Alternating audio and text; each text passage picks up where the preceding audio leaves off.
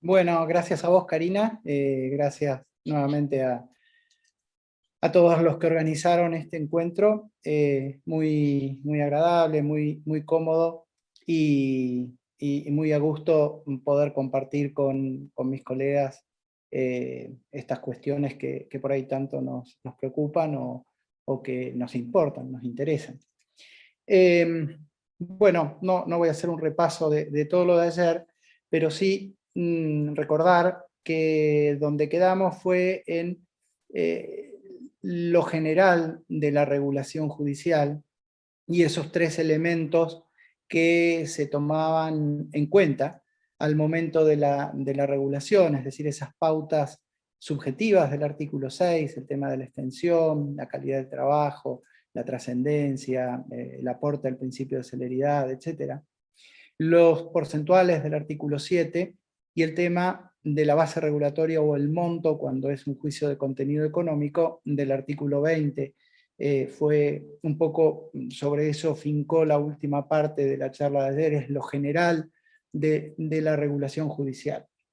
Bueno, partiendo de esto, hoy lo que yo iba a proponer es ver las distintas modulaciones que prevé la ley, que son múltiples, pero ver las principales, para los casos particulares, ver los casos particulares, ver la protección al crédito por honorarios que establece la ley, o las protecciones al crédito por honorarios que establece la ley, el tema de la ejecución de los honorarios, la prescripción y la apelación.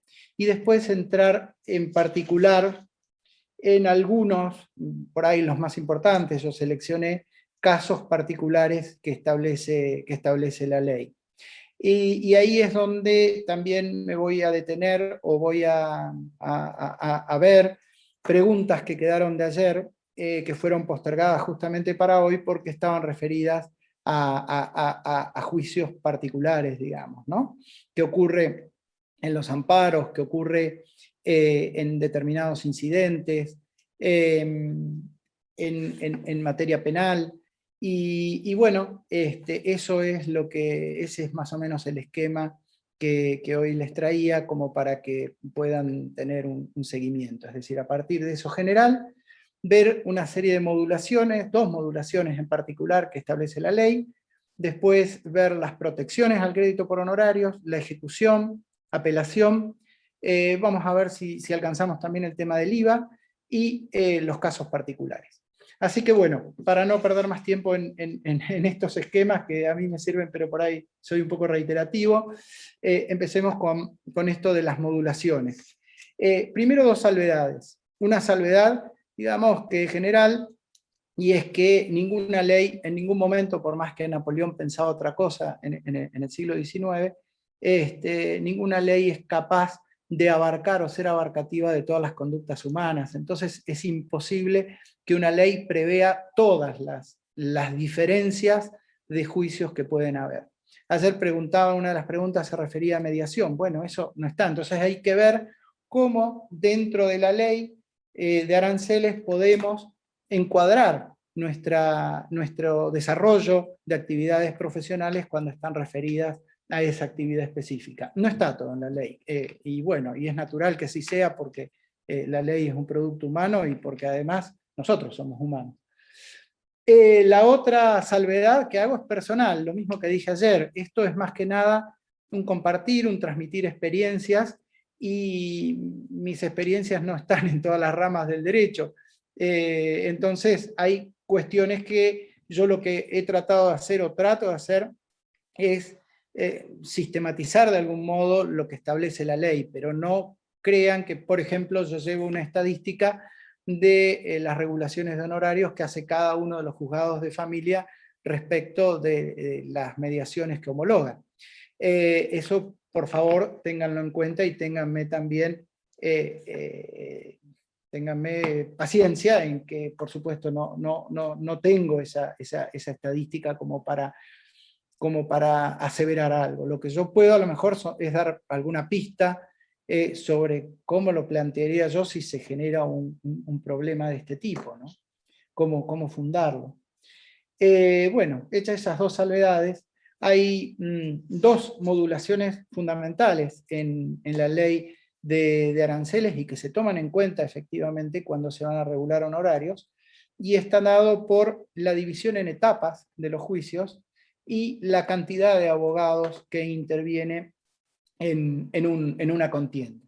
Esto de la cantidad de abogados que intervienen en una contienda es muy importante porque hay una regla, o dos reglas, digamos, básicas sobre esto, y es que el honorario no se multiplica por la cantidad de abogados que intervienen o han intervenido, sino que se divide. Esto ahora lo voy a explicar un poquito más. En segundo lugar, la regla general es que la regulación siempre va a ser proporcional a la extensión de las actuaciones. Por eso es importante esa otra modulación que les decía de las etapas del juicio. Los juicios ordinarios, las sucesiones, tienen 3 etapas. El juicio ordinario, una etapa es la etapa introductoria, otra la de prueba y la última de alegatos hasta el dictado de la sentencia. Los juicios sumarios, los incidentes tienen 2 etapas. Las sucesiones tienen 3 etapas. La etapa que es la primera con el escrito inicial, la segunda, las actuaciones hasta la declaratoria de herederos, y la tercera, toda la cuestión de la partición en la inscripción de bienes.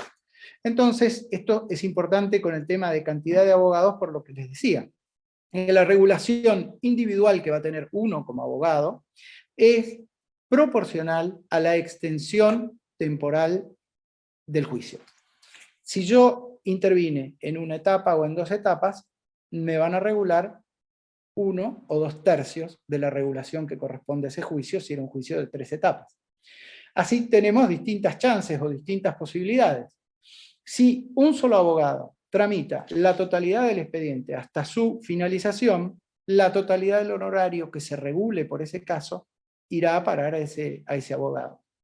Si 2 o más abogados intervienen en la totalidad del juicio, el honorario que se devenga por ese juicio, de acuerdo a las pautas regulatorias que habíamos visto ayer, se va a dividir entre esos 2 o 3 abogados.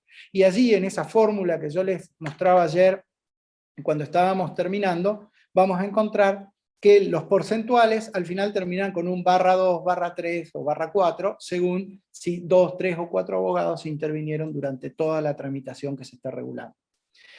Ahora, si un abogado interviene como patrocinante, que es muy común, y otro como apoderado, le van a regular el porcentual del artículo 7 al patrocinante, y el apoderado va a tener una regulación del 40% de esa regulación del patrocinante.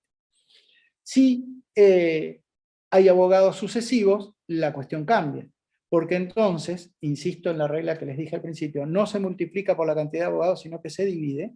El honorario va a ser el mismo, lo único que al abogado le va a corresponder de acuerdo proporcionalmente al tiempo en que estuvo interviniendo en el juicio. Entonces, si yo, por ejemplo, en un juicio ordinario planteé la demanda o contesté demanda, actué durante el periodo de prueba y a la mitad del periodo de prueba renuncié al mandato y entra otro abogado, cuando sea la regulación va a ser la misma fórmula de siempre, pero va a haber un divisor, porque a mí me van a dividir por una etapa y media y al otro abogado por una etapa y media.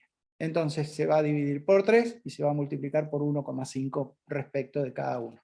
Y así las fórmulas o las combinaciones se pueden extender al infinito. Hay juicios donde participan 3, 4, 5 abogados sucesivamente, y entonces al momento de la regulación se tiene que distribuir entre todos ellos. Pero acuérdense, la regla es que el honorario, el monto de regulación siempre va a ser el mismo, y se va a dividir entre tantos abogados como hayan participado, y según la extensión que cada uno tuvo en esa participación. Un caso donde siempre se generan dudas y donde siempre se generan problemas es cuando no solo hay más de un abogado, sino que además una de las partes actora o demandada concurre más de una persona. Es el caso del litisconsorcio. Cuando el litisconsorcio o los litisconsortes, sean actores o sean demandados, están representados por un mismo abogado, no hay problema, la regulación es igual que en los casos anteriores. El problema aparece cuando hay 2 demandados y esos 2 demandados están representados por distintos abogados. La ley, aquí, ¿no es cierto?, la ley de aranceles tiene una de las normas para mí más oscuras de la ley, porque si yo la leo ahora, quien no ha tenido un caso de litis consorcio en una regulación de honorarios no va a entender, porque yo me acuerdo que la tuve que leer 15 veces y recién me di cuenta cuando llegó el primero de los casos que tuve y tuve que ponerme a ver y cómo la jurisprudencia lo había interpretado y demás. La regulación en el caso del litis consorcio, para la parte en la que hay litis consortes, se hace del mismo modo que la regulación que veíamos ayer. Es decir, se establece para toda esa parte, demandada o actora, un honorario, por los porcentuales comunes, digamos, ¿no? Entre el 11 y el 20 si es gananciosa, y el 70% si es la parte perdedora. Luego, a ese porcentual que se decide, pongámosle 16%, se le agrega el 40%. El 40% de 16, yo acá lo tengo anotado, es 22, da 22,4. Es decir, 16 más el 40% da 22,4. Si además hay apoderamiento, hay que agregarle otro 40% que llega a 31,36. Es decir, si la parte demandada eran 2 demandados y tenían 2 abogados distintos, y y el juez quiso regular el 16%, a ese 16% le tiene que agregar el 40%, y si además eran apoderados, otro 40%, llega a 31,36. Y eso lo divide por 2, es decir, eso lo divide por tantas partes como litisconsortes hay en el juicio. Entonces, si yo tengo que voy a regular el 16% y hay 8 demandados con 8 abogados distintos, no es que voy a multiplicar el 16% de la regulación por 8. El 16% le agrego un 40%. Y ese 40% lo divido por 8. Si eran 7, lo divido por 7. Y eso es lo que ese número porcentual que arroja es lo que va a dar para cada abogado del litis consorcio. Espero que haya quedado claro, porque siempre hay conflictos con esto, porque el artículo 12 de la ley se presta a cualquier interpretación, pero esa es la que uniformemente se ha dado. Justamente el año pasado me tocó en un caso donde se hizo una regulación y en primera instancia, no sé, se olvidaron de hacer la última división, se agregó el 40% y cuando dio el número, dio un número tremendo, y bueno, la Cámara lo bajó en 6 veces porque eran 6 las partes que estaban en litis consorcio como demandadas. Entonces, esta es la situación. La misma regla que les decía al principio, no se multiplica, sino que se divide entre tantos abogados como intervengan. Lo que pasa que cuando es un litis consorcio, al porcentual regulatorio del artículo 7, entre el 11 y el 20%, se le agrega un 40%. Esto es lo que les quería decir respecto del litis consorcio. Bueno, no sé si quieren en esto de la cantidad de abogados, litis consorcios, ver si hay alguna pregunta, si no seguimos adelante con el tema de las protecciones a los créditos por honorarios. Son varios temas, así que voy a tratar de ir un poco más rápido para que lleguemos a tiempo con todos los temas y algunas preguntas. No sé, Karina, si hay preguntas. Gastón, cuando preguntaste si eras claro, acá colocaron clarísimo. Te cuento. No, pero era preguntas. Excelente.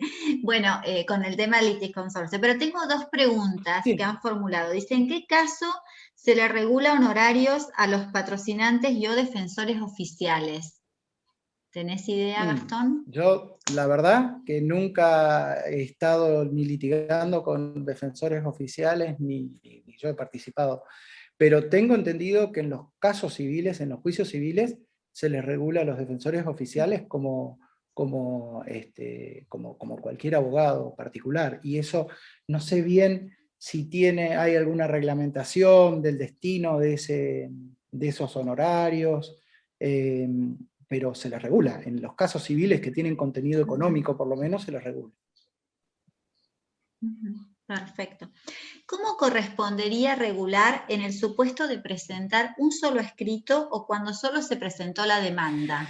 Cuando solo se presentó la demanda, claro, hay que ver qué alcance tiene la primera etapa del juicio, porque en un juicio ordinario es posible que presentemos la demanda, Sucesorio. pero que el demandado al contestar plantee una excepción y haya que contestar esa excepción.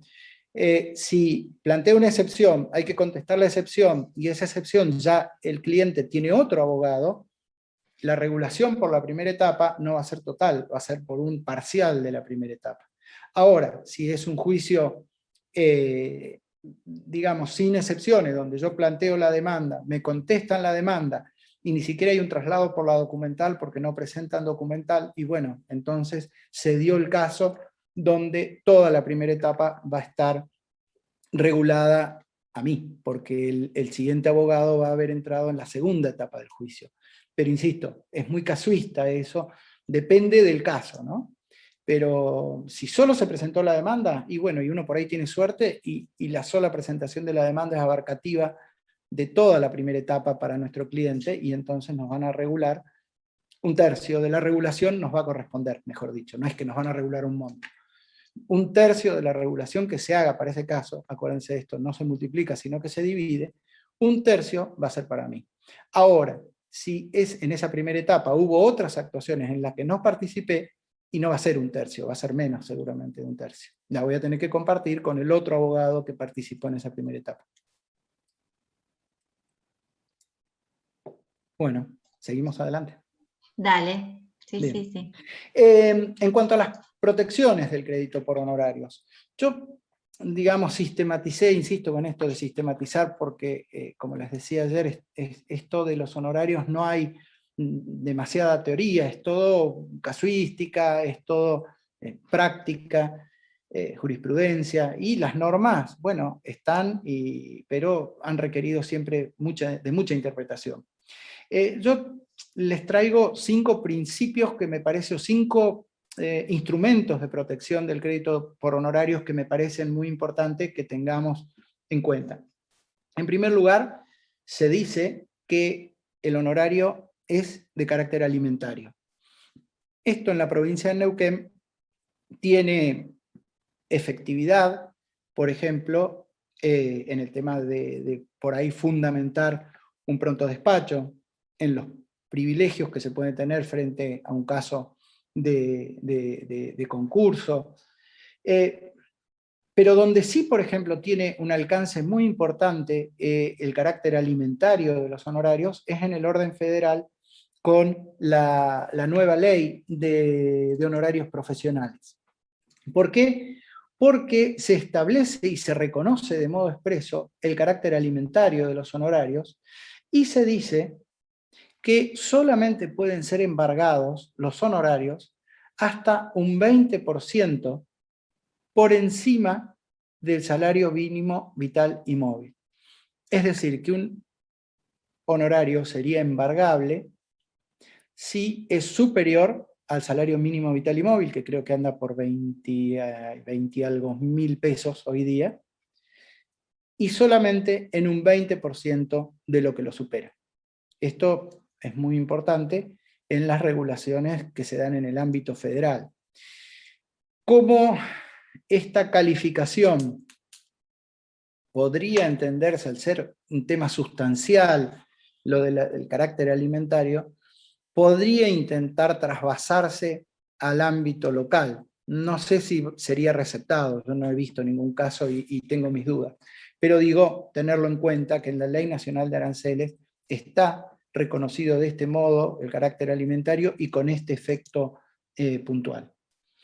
Otra protección, otro instrumento de protección que la ley esta sí local nos reconoce a los abogados en el tema de los honorarios, es al reconocer que los mismos devengan intereses a tasa activa.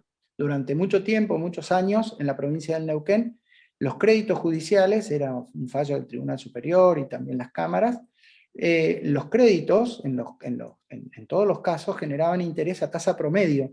Sin embargo, cuando yo hacía, o cuando cualquiera de nosotros hacía la liquidación, liquidaba el crédito principal en tasa promedio, pero el de honorarios a tasa activa. ¿Por qué? Porque lo decía la ley y es una protección importante que tuvimos durante mucho tiempo, una protección diferencial, digamos. Hoy se aplica tasa activa a todo, pero bueno, en ese momento era una protección especial. También dentro de esto, de esta segunda protección, yo encuentro en la ley de aranceles que la depreciación de la moneda debe ser tenida en cuenta al momento de determinar la base sobre la que se regulan honorarios. Está bien, la repotenciación de deudas está prohibida por la ley de convertibilidad, en un anacronismo que ha quedado, porque la verdad que hoy día la moneda se deprecia constantemente, pero el tema de la pérdida de valor de la moneda puede ser alegado porque está en la ley de aranceles, y lo que prohíbe la ley de convertibilidad es el uso de índices, el uso de actualizaciones automáticas, pero si hay una real pérdida de la ganancia provocada por la pérdida de valor de la moneda, podría quizá invocarse este artículo en un pedido de reajuste, por lo menos, de la base regulatoria. Otra protección especial que nosotros encontramos en la ley es la ejecutabilidad del honorario indistintamente a quien es condenado en costas y a aquel que es beneficiario del trabajo profesional, es decir, nuestro cliente. El único requisito que nos pone la ley provincial en el artículo 49 es que notifiquemos en el domicilio real a nuestro cliente, como para que no sea sorprendido en una eventual ejecución.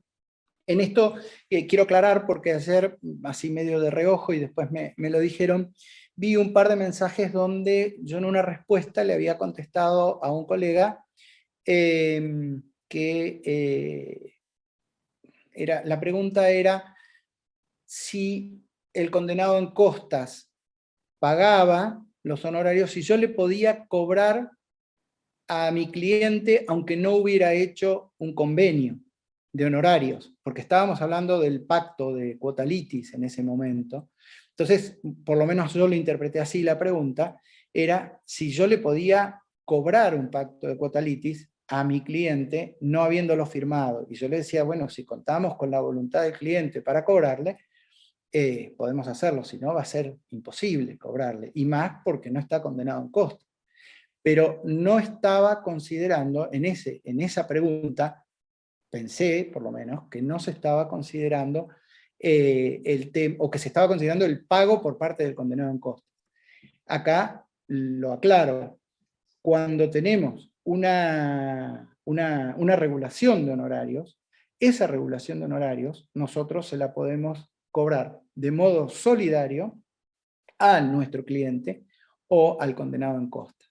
Lo que sí les digo, o sea, hago la aclaración, si yo decido notificar a mi cliente en el domicilio real, esperar 10 días y ejecutarlo directamente, me coloco en, digamos, disparidad de intereses con él, con lo cual se supone, y tengo que renunciar a su representación, porque no puedo seguir el juicio en su nombre si es que tengo, por ese mismo juicio, un juicio en contra de él, que es la ejecución de los honorarios.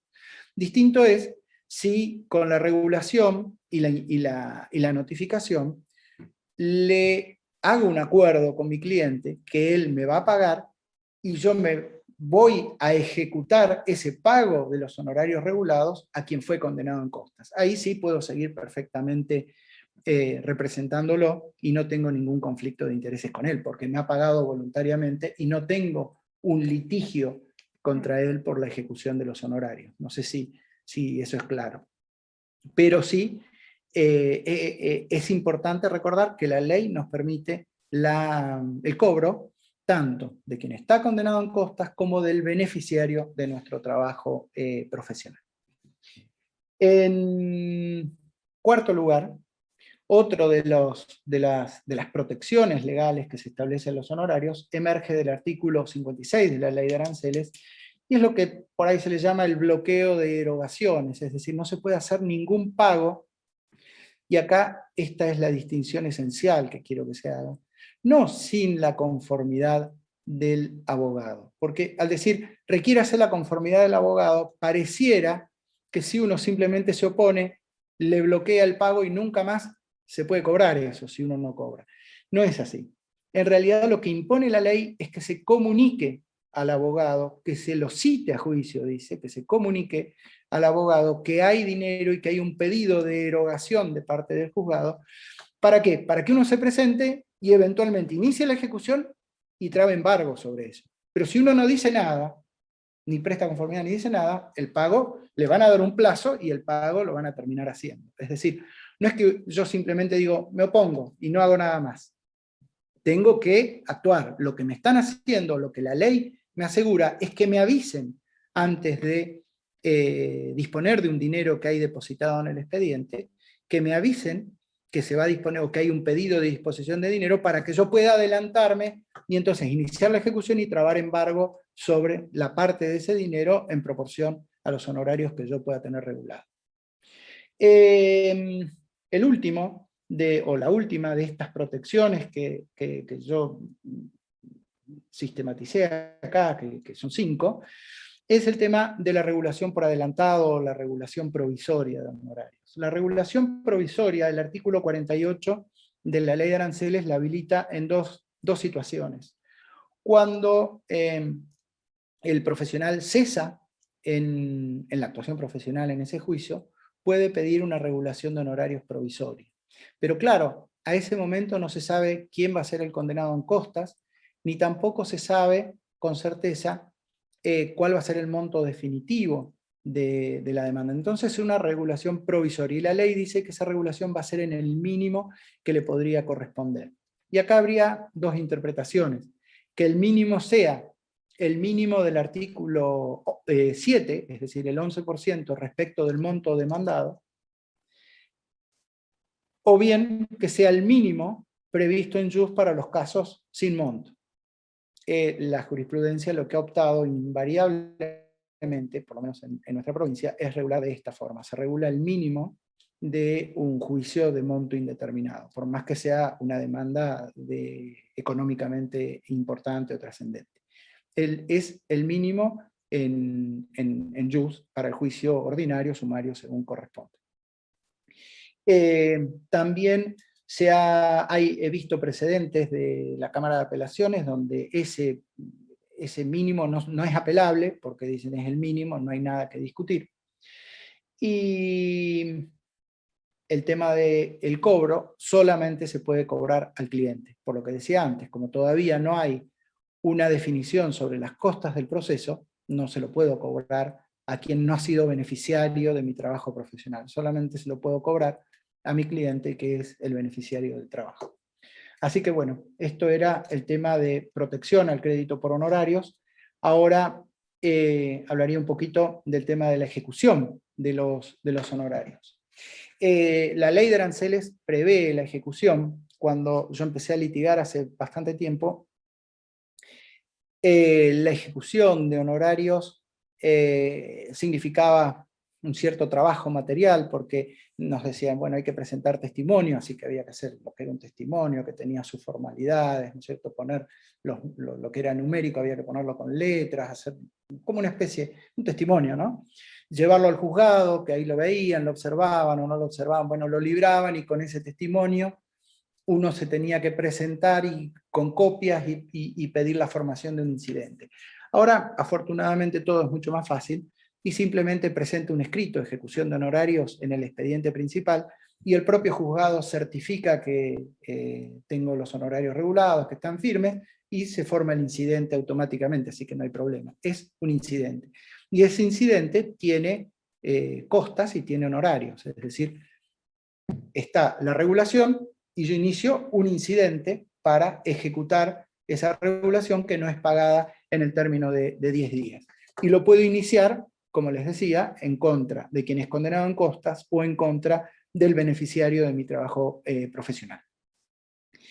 El plazo de pago es 10 días desde que fue notificado, desde que quedó firme la resolución, y a esa ejecución se le agregan intereses desde la regulación y hasta el momento en que finalmente se pague el crédito. Esto en cuanto a la ejecución de los honorarios. No me voy a detener acá en el tema, si después surge la pregunta de ejecución de sentencias contra el Estado, porque bueno, daría para mucho, pero si a alguien le interesa y quiere hacer alguna pregunta relativa a eso, lo podemos tratar, o podemos verlo sumariamente. Y el otro punto que tenía acá para comentarles o compartirles es el tema de la prescripción de los honorarios, que nuevamente, como con el tema de la ejecución, hoy está mucho más simplificado. Hasta la sanción del nuevo código, del Código Civil y Comercial, había todo un problema, una distinción que había hecho la Corte. Bueno, habían varios problemas con el tema de la prescripción de los honorarios, pero uno muy importante era la distinción que se hacía entre la prescripción del derecho a pedir la regulación de honorarios que no estaban regulados con el derecho a cobrar los honorarios, la prescripción del derecho a cobrar los honorarios ya regulados. La Corte Suprema de Justicia y la mayoría de los tribunales decía que la acción primera, digamos, el pedido de regulación, vencía, o prescribía, mejor dicho, a los 2 años, desde que el caso había terminado, o que el trabajo profesional había sido cumplido, o que yo había terminado con mis labores profesionales.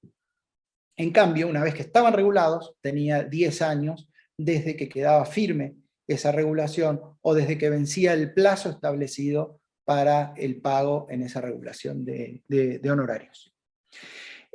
Bueno, esto generaba siempre problemas, discusiones. Una discusión muy importante era si las labores profesionales extrajudiciales caían también dentro de los 2 años de prescripción. Y se dijo que no, porque esto era únicamente para trabajos judiciales hechos por el abogado. Que los trabajos extrajudiciales caían dentro de la prescripción general de los 10 años, como si hubieran estado regulados. Entonces, la actuación de un abogado, por decir algo, en sede administrativa, en una mediación, ya que preguntaban ayer, en todo lo que fuera extrajudicial, entonces en esos casos no prescribía el pedido de regulación a los 2 años, sino a los 10 años. La redacción de un contrato, una consulta, un dictamen o lo que fuere. Ahora, en cambio, es más sencillo porque es 5 años. 5 años tanto, sigue haciéndose la distinción, 5 años tanto para pedir la regulación de honorarios, como 5 años para ejecutar los honorarios ya regulados. Esto último empieza a contar desde el momento de la regulación o desde el vencimiento del plazo para el pago de los honorarios regulados, es decir, los 10 días en nuestra ley. Ahora, para pedir la regulación, el inicio del plazo es a veces bastante complejo, porque el Código Civil y Comercial dice que es desde el momento en que se dicta el pronunciamiento que pone fin al litigio. Uno podría pensar que es la sentencia definitiva cuando queda firme, pero también sucede en muchos juicios que la sentencia definitiva todavía no tiene un monto determinado, entonces no es posible pedir la regulación de honorarios en ese momento, sino que hay que esperar una liquidación aprobada. Bueno, cuando está la liquidación aprobada, recién ahí empezaría a correr el plazo de los 5 años de prescripción. Y la otra posibilidad es cuando, y lo dice el Código Civil y Comercial, el acreedor, es decir, el abogado, toma conocimiento del cese de su actuación en un juicio. Es decir, cuando le notifican formalmente que no es más patrocinante o apoderado. Si el abogado no toma conocimiento fehaciente, el plazo de prescripción no empieza a correr. Si se lo notifica, de ahí tiene 5 años para pedir la regulación de honorarios. Por lo menos la regulación provisoria, si es que todavía no hay posibilidad de determinarlos. Y acá, en esto, hago una advertencia para los casos de la sucesión, porque en la sucesión es bastante complejo el tema de cuándo se puede pedir la regulación de honorarios. Como les decía hace un rato, en las sucesiones hay tres etapas. En la primera y en la segunda no tenemos monto, entonces siempre las regulaciones son provisorias. Los montos recién aparecen en la tercera etapa cuando se denuncian los bienes y se hace eventualmente la partición, o no, o se inscriben en comunidad hereditaria. Recién ahí tenemos un monto definido como para regular honorarios. ¿Qué sucede? Puede ocurrir que, vamos a dar un caso fácil, haya dos herederos y en la sucesión hubiera dos inmuebles. Se hace la partición, un inmueble se adjudica a un heredero, el otro inmueble se adjudica al otro heredero. El heredero A, por un tracto abreviado o por lo que fuera, lo inscribe rápidamente. El heredero B no lo inscribe porque ese inmueble tenía algún problema, porque tuvo que hacer alguna otra cuestión, porque estaba buscando un comprador y entonces no lo quería inscribir todavía, etcétera, etcétera, y empieza a correr el tiempo. Cuando yo pido, cuando yo pido la regulación de honorarios, si yo espero para pedir la regulación de honorarios a que el inmueble del heredero B esté inscripto, porque ahí terminé mi actuación, digamos, en ese caso, el plazo de prescripción respecto del otro heredero, de los beneficios que ha obtenido el otro heredero, ya había empezado a correr. Entonces, corro el riesgo de que respecto de la porción que le tocó a ese heredero, me quede con una oposición de prescripción.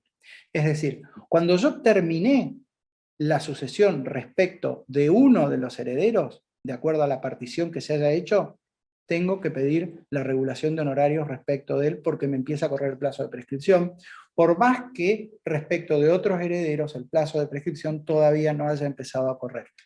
Esto es importante, me tocó participar justamente el año pasado en un caso de este tipo, en donde se planteó la prescripción y respecto de determinados herederos que ya habían adquirido para sí, por inscripción en el registro de la propiedad inmueble, de los bienes hacía 15 años, se declaró prescripta. Respecto de otros herederos cuyos bienes todavía no estaban inscriptos, ahí correspondió la regulación de honorarios. Así que bueno, hay que tenerlo en cuenta en las sucesiones este tema. Último punto, antes de empezar con los casos particulares y las preguntas que recibí ayer. El tema del IVA. El tema del IVA, como les decía, es siempre un dolor de cabeza para los abogados. El tema del IVA, nuestra profesión comenzó a tener que estar inscripta fines de los 80, principios de los 90, si mal no recuerdo.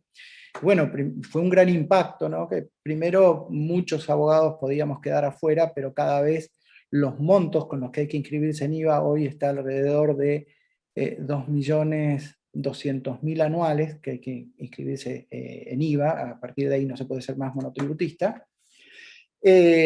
Bueno, hizo que cada vez más profesionales tengan que inscribirse. La Corte Suprema de Justicia dictó un fallo, es Compañía General de Combustibles, en el cual dispuso que siempre que había honorarios regulados, estaban regulados sin IVA, salvo que el juez dijese que contenía el IVA. Pero como no lo dicen, y la normalidad es que se regule un monto determinado, sin decirse nada, se tiene que entender que es sin IVA. Es decir, hay que agregarle el IVA, porque el IVA, dice, es un impuesto esencialmente trasladable al consumidor final, que es quien debe pagar ese honorario. Por lo tanto, a la regulación se le debe adicionar el IVA.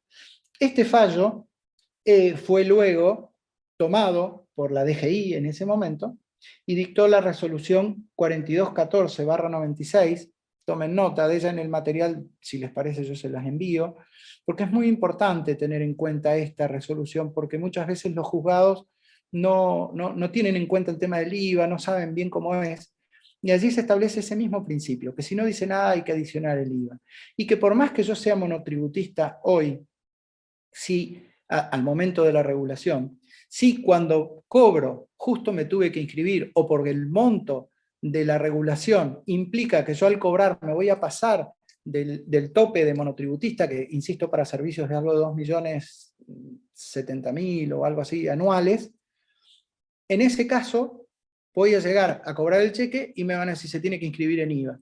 ¿Por qué? Porque es al momento de la percepción. Y yo voy a decir, pero no, pero a mí me pagaron los 100 pesos que me habían regulado, y ahora ¿quién paga el IVA? Bueno, la resolución dice que lo paga quien debe pagar el honorario. Por lo tanto, a ese monto hay que adicionarle el IVA e intimarlo en el juicio.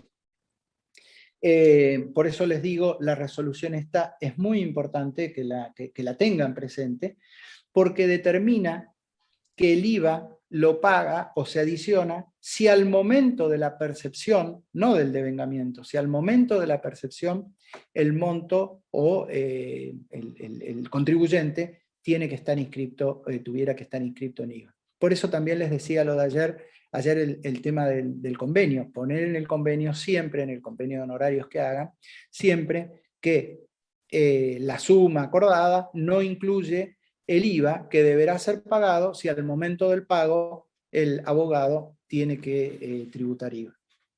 Desde el punto de vista práctico, un tip sería, porque es muy común también, que hay una intimación al pago de honorarios, el deudor, el condenado en costas, mira el caso, cuánto debe 100, deposita 100, por más que uno haya dicho en algún momento que estaba inscrito en IVA. Entonces le dicen, bueno, dieron en pago 100, pero no me deben 100, me deben 100 más 21, porque es 21% de IVA.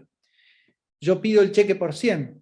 Ese cheque, si va al banco sin discriminación de IVA, y yo tenía que pagar IVA, no lo paga el banco y lo va a devolver al juzgado.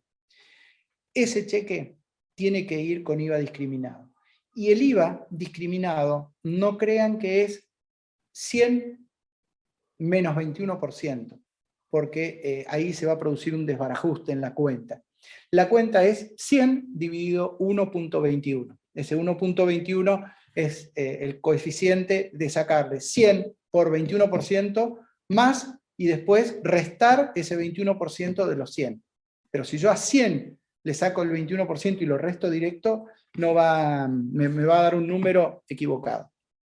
Por eso les digo, la forma de pedir el cheque en ese caso es imputado los 100 dividido 1.21. El resultado se imputa a honorarios y la diferencia a IVA.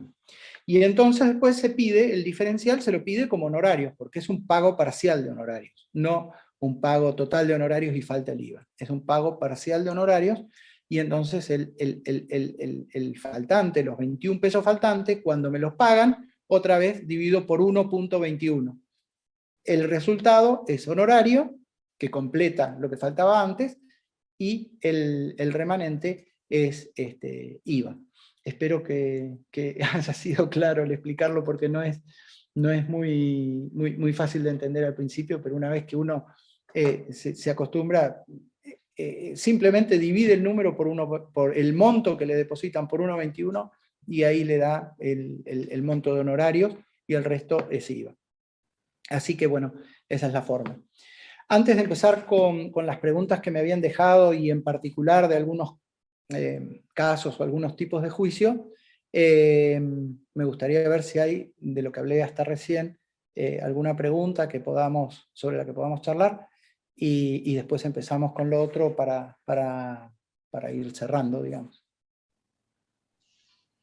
Gastón, clarísimo, pero acá preguntan, porque se les pasó el número de la resolución, para reiterarla. Bueno, es la 4214 del año 96. Resolución DGI. Se busca en el Infoleg, uno pone resolución DGI, resolución general, es DGI 4214-96. Perfecto. Hay muchas preguntas, Gastón. con relación al tema de ejecución, con relación a distintos tipos de procesos. Yo por ahí, si querés, las vamos armando y porque son algunas como un poco amplias. Dice una, por ejemplo, ¿qué pasa cuando el condenado en costas no tiene ingresos y solo posee un bien inmueble adquirido con boleto de compraventa, sin escritura, ni registrarse a su nombre en el registro de la propiedad inmueble? ¿Se puede subastar ese inmueble? ¿Cómo debería procederse?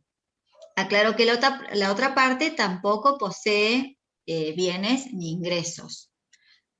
Una pregunta como de Sí, ejecución de es un costas caso bastante, y no es un tenemos caso muy bienes. particular. Muy Contestaría particular. que traiga el expediente y lo vemos, porque es Es muy muy concreto. específico. Bueno, puede pasar que el condenado en costas ni siquiera tenga un inmueble con boleto. Si tiene un inmueble con boleto, lo que tiene es un derecho personal, y el derecho personal de contenido económico se puede ejecutar. Lo que pasa es que las condiciones son distintas, porque no va a tener inscripto el inmueble en el registro de la propiedad inmueble, entonces el embargo es un embargo que no tiene un asiento tan firme como ese. Pero sí, claro que se puede. Yo, en un caso que tengo, no por honorarios, pero por el caso, por un crédito de un cliente, embargamos hace unas semanas los derechos emergentes de un boleto. No es que uno embarga el inmueble en el registro de la propiedad inmueble. Lo que se embarga, porque el titular va a ser otro, lo que se embarga es el derecho personal que tiene el titular del boleto. Perfectamente se puede embargar eso. Pero bueno, no sé, Perfecto. habría que ver bien, porque tenía otras circunstancias que decía la pregunta, no me acuerdo bien ahora. Sí, en realidad preguntaba si se puede subastar, lo que no es posible porque ¿cómo lo registramos en realidad? Pero bueno. Pero después ese derecho se tiene que realizar de alguna manera. No he tenido la experiencia de ir a una subasta de los derechos emergentes de un boleto de compraventa por un inmueble. Y además es muy posible también que se presente el titular original con una tercería. No sé, habría que verlo, estudiarlo bien. Pero en principio, embargarlo se puede embargar. En el caso que yo les contaba, que es un caso que estoy llevando, no tengo ese problema, porque el titular registral del inmueble es el vendedor del boleto, con lo cual embarga los derechos, digamos, ¿no? sobre el inmueble. Pero los derechos, claro, sí, los derechos personales del deudor. Pero bueno, hay que ver bien en el caso y analizar la estrategia, ¿no? Así en este ratito que tenemos ahora, diseñar toda una estrategia para eso no es tan sencillo. Vale. Después hay varias preguntas en materia sucesoria. Se puede ejecutar Sí, y se puede embargar. excelente. Después hay preguntas en temas sucesorios. Dice, si hay cambio de abogado dentro de una primera etapa, y ponen entre paréntesis sucesorio, ¿basta que uno solo pida la regulación para que se haga respecto de ambos abogados? ¿Se cambia un abogado? No, porque ahí va a ser una regulación provisoria, porque no está terminado el juicio y todavía no hay base. Entonces, bueno, le regularán el mínimo a esa persona, y después el otro abogado se presenta y pide y le regularán también el mínimo. Lo que sí está establecido es que no pueden hacerse regulaciones ya definitivas con bases distintas para los abogados que participaron en un juicio. Entonces ahí sí la definitiva es universal, digamos. Pero la regulación provisoria la pide cada uno según su situación. Y perdón, ya que estoy hablando de la regulación provisoria, yo les había dicho que eran 2 casos que preveía la ley, y creo que les comenté uno nomás, que era cuando el abogado era separado. Bueno, la otra posibilidad de pedir la regulación provisoria es cuando el expediente queda paralizado durante más de un año. En ese caso, uno puede pedir la regulación provisoria, que no sé qué suerte podría tener una presentación así, pero es un modo interesante de apurar el dictado de una sentencia si los jueces o la Cámara me tienen parado un expediente durante más de un año para dictar una sentencia. Presentarme y pedir la regulación provisoria por la paralización del expediente durante más de un año. No sé, nunca lo experimenté, pero estoy pensando ahora que es una buena posibilidad de apurarlo, además de pedir un pronto despacho. Bien. Otras preguntas, Gastón, respecto del tema sucesión. Dice, si un abogado ya realizó la primera etapa del sucesorio y aún no hay denuncia de bienes, ¿cómo se pueden determinar los honorarios que les corresponden al primero? No, va a ser provisoria la regulación. Bien. Después, o sea, respecto... uno lo puede pedir, si no, perdón, ¿no? Uno puede pedir una definitiva como que no hubieran bienes, pero no sé, digamos como para que le regulen, a lo mejor, no sé, estoy pensando, para que regulen más, pero mejor pedir la provisoria que le regulen el mínimo, y si después aparece, hay que estar siempre atentos, y si aparecen los bienes hay que pedir el reajuste definitivo. Bien. También con respecto a sucesión, dice, si en las sucesiones no se declararon bienes porque los clientes no quieren proseguir con el trámite, ¿cuánto se debería cobrar al cliente? ¿Un porcentaje del valor fiscal de los bienes existentes? ¿Cuánto le podríamos? No. En ese caso, si yo hice la primera etapa, la segunda etapa, llegué a la declaratoria, y yo sé que hay, qué sé yo, por decir, un inmueble, está bien, ellos no lo querrán inscribir para no pagar la tasa y no pagar la tercera etapa que le corresponde a un abogado en el juicio. Pero yo como abogado puedo denunciar que el causante tenía, si yo lo conozco eso, denuncio que a los efectos de la regulación, que el causante tenía tal bien y que se me regulen los honorarios.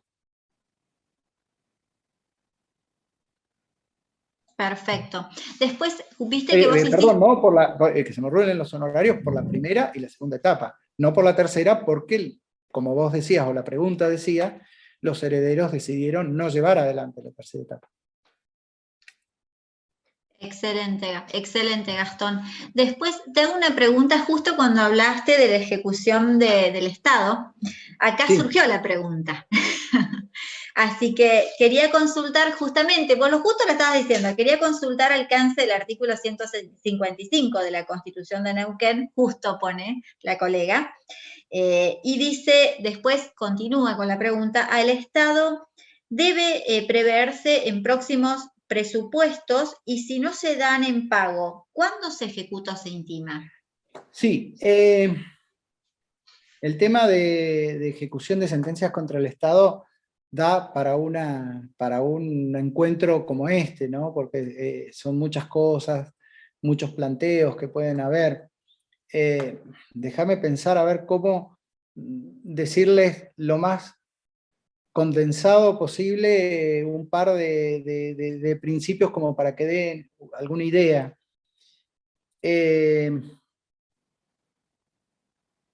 Hay un tema a tener en cuenta en la ejecución de sentencias contra el Estado, cuando hablé de prescripción, por ejemplo, que el plazo de prescripción para ejecutar esos honorarios no puede empezar a correr mientras yo no puedo ejecutar, porque no es exigible el crédito. Esa es una cuestión a tener en cuenta, ¿no? Lo de los 5 años, no pueden empezar a correr con la firmeza de la resolución que me regula los honorarios, sino recién cuando es exigible. Estoy pensando, bueno, les diría, así como para no detenerme en esto y consumirnos a lo mejor media hora del tiempo que nos queda, les daría 3 ideas sobre el tema de ejecución de sentencias contra el Estado, para que tengan en cuenta. La primera es cuándo es exigible el honorario regulado. La exigibilidad de las sentencias contra el Estado, el Tribunal Superior de Justicia en un juicio, en un caso bastante viejo ya, digamos, ¿no? En el año 96 o 98 por ahí, dictó un caso, una interlocutoria que es González Bernardo, en donde desarrolló esto y dijo que el tiempo de espera o del privilegio de espera en las ejecuciones que tenía el Estado se extendía hasta el final del año en que debió tratarse la ley de presupuesto en la que se debía incluir el crédito, que es la inmediata al reconocimiento judicial. Es decir, que si yo tengo una sentencia que queda firme hoy, el Estado tiene el privilegio de postergar el pago hasta el final de este año, porque este año es el tiempo que tiene el legislador para sancionar la ley de presupuesto del año que viene. Y en ese ejercicio presupuestario tiene que ser pagado este crédito que queda firme hoy. Por lo tanto, el último límite en la espera es el 31 de diciembre del año en que quedó firme el reconocimiento. No sé si quedó claro. Esto hace que a partir de febrero del año siguiente, el del reconocimiento, estén habilitadas las ejecuciones de los créditos que hayan sido reconocidos durante el año anterior. Esto es lo primero. Lo segundo, que me parece importante entre la jurisprudencia del Tribunal Superior de Justicia respecto del tema de ejecución de sentencias, es quién tiene la carga de informar la existencia de un crédito para que se incorpore o no a la ley de presupuesto. El Tribunal Superior de Justicia, en un fallo Sepúlveda Laura, con Consejo Provincial de Educación creo que era, después hay otros fallos en donde tratan todas estas cosas, pero les digo el que me estoy acordando ahora, dijo que el acreedor tiene como carga, digamos, llegar hasta la sentencia. Ha litigado, ha presentado su demanda, ha planteado su caso, ha producido la prueba, etcétera, etcétera. Con la sentencia que queda firme terminaron sus cargas procesales. Si el Estado quiere incorporar al presupuesto o no ese crédito, es cuestión del Estado. El acreedor tiene como último sacrificio que esperar al plazo que les decía antes, es decir, hasta el final de ese año. Pero quien en todo caso tiene que hacer los informes, etcétera, es el deudor, el Estado. Por eso, cuando hay una determinada sentencia, a uno no le tienen que decir haga oficio a la legislatura, haga oficio al Poder Ejecutivo, a ningún lado. Uno tiene el crédito y tiene la carga de la espera, y cuando vence ese privilegio para el deudor y carga para el acreedor, está en condiciones de ejecutar.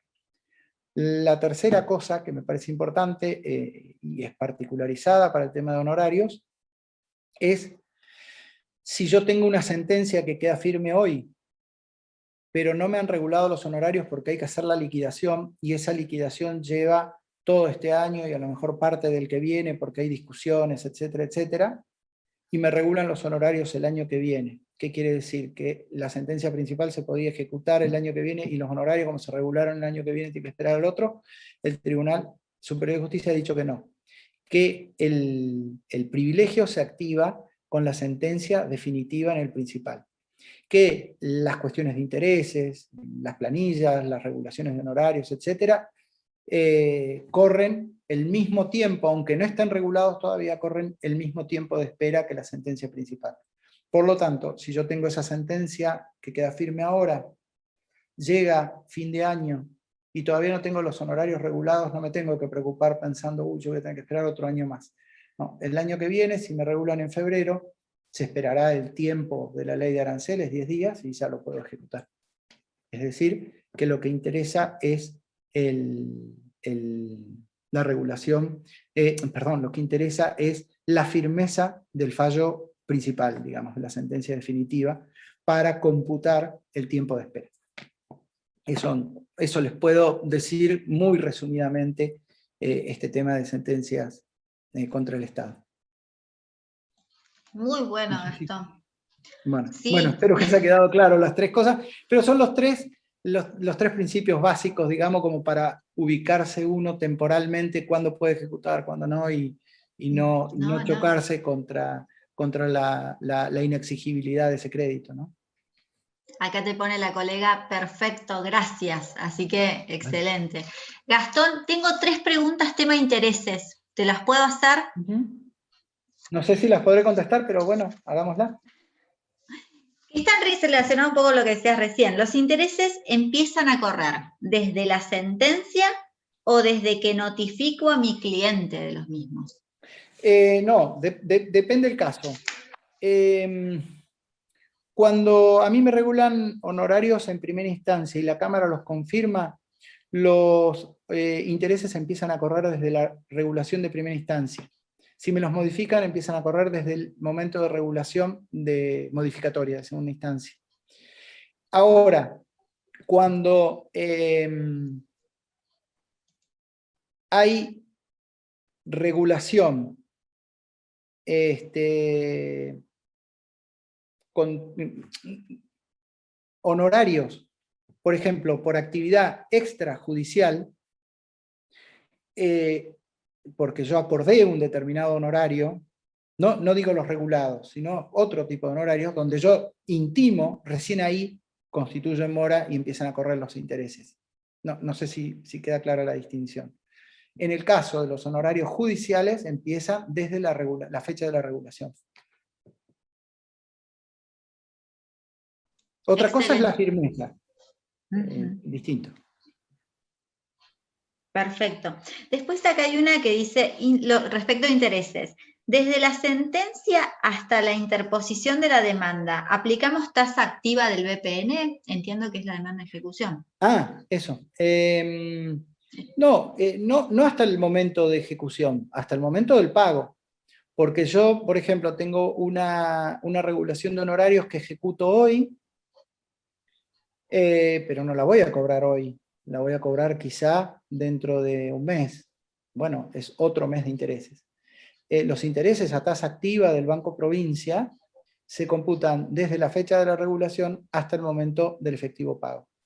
Que el momento del efectivo pago no es cuando me transfieren a mí los honorarios, sino cuando el deudor se presenta y da en pago, que puede haber una distinción ahí.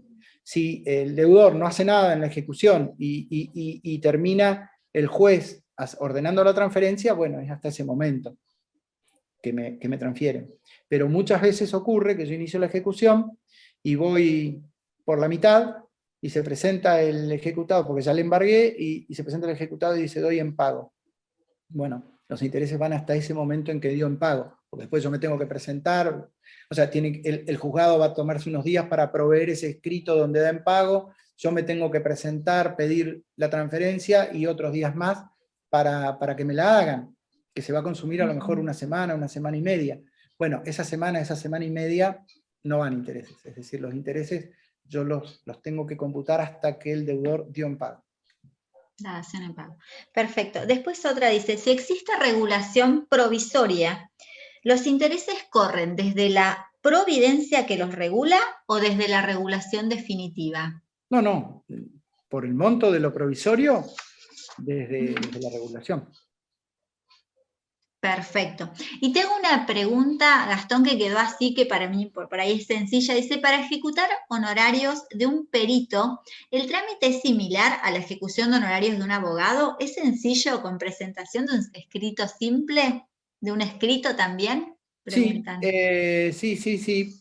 Pero también acá, ya que estamos, les hago una distinción.